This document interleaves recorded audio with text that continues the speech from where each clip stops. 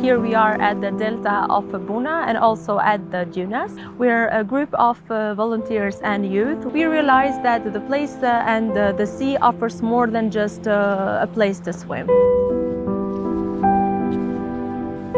We realized that the erosion was happening, and I noticed that something needed to be done directly and immediately.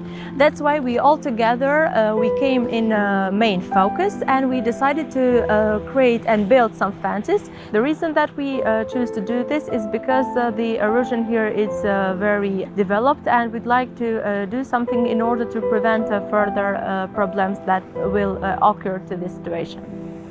And also it prevents the wind not to affect them directly, as long as we know that the sand is very light and it can be easily destroyed from the natural factors. And also it's very important raising the acknowledgement to the youth firstly, which was a very strong help in this project, about the role of the environment and how they can be a keystone to this place. Actually, everything started as a small thought that was living with me daily. I feel confident and I believe that I have the power to do a change. I started from this small project, but I know that a lot of opportunities are going to be given to me. But not only for me, but for everybody who loves nature and for everybody who lives in it.